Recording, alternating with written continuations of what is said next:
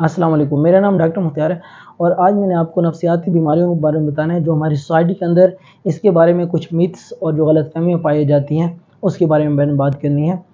दुनिया में हर 8 में से एक बंदा नफ्सियाती बीमारी का शिकार है और हमारे मुल्क का अलमिया ये है कि हमारे मुल्क के अंदर नफ्सियाती बीमारी को रिकॉग्नाइज़ ही नहीं किया जाता, जिस तरह हम दूसरी फ़िज़िकल इलनेस को करते हैं, जैसे डायबिटीज़ हो गया, जैसे दिल की बीमारियाँ हैं, जिस तरह हम उनका ट्रीट करवाते हैं, हम इनको ट्रीट करते ही नहीं, हम इनको बीमारी में ही काउंट नहीं करते।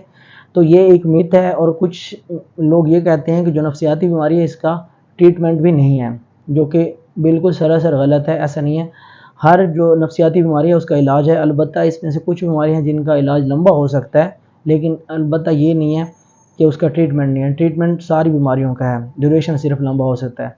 उसके अलावा कुछ लोग ये सोचते हैं कि जो बच्चे हैं उनको नफ्सियाती बीमारी नहीं हो सकती।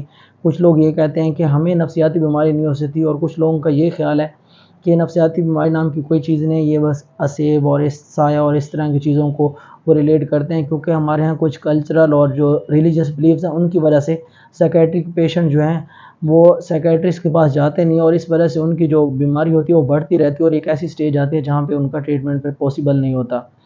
और हमारे मुल्क के अंदर कॉलेज और जो स्कूल लेवल है इस पे इसकी अवेयरनेस होनी चाहिए। और हमारे मुल्क का जो स्टिग्मा, मेन इसका स्टिग्मा है वो इसीलिए है क्योंकि हमारे पास अवेयरनेस नहीं है। इन जो नफ्सियाती बीमारी हैं इसके बारे में अवेयरनेस की बहुत ज़्यादा कमी है, जिसकी वजह से बहुत ज़्यादा मसले मसाइल होते हैं। क्योंकि अगर आप मेंटली तौर पे स्टेबल नहीं हैं तो ना आप अपनी लाइफ को अच्छे तरीके से रन कर सकते हैं। मसलन आपके इमोशनली ठीक नहीं है आप, तो इससे आपका जो फिज़िकल फंक्शंस वो सारे डिस्टर्ब हो जाती है, मसलन पूरी लाइफ आपकी डिस्टर्ब हो जाती है। तो कोशिश करें कि अगर घर में कोई साइकेट्रिक पेशेंट है तो उसको हमारे यहाँ एक तो टीज़ बहुत किया जाता है कि तुम्हें ज़हनी बीमारी है या तुम नफ्सियाती मरीज़ हो, तो उस चीज़ को बहुत क्रिटिसाइज़ किया जाता है। तो हमें इन लोगों को इनकरेज करना चाहिए ताकि वो साइकेट्रिक पेशेंट डॉक्टर्स के पास जाएँ और अपना पूरा प्रॉपर जो है वो ट्रीटमेंट करवाएँ।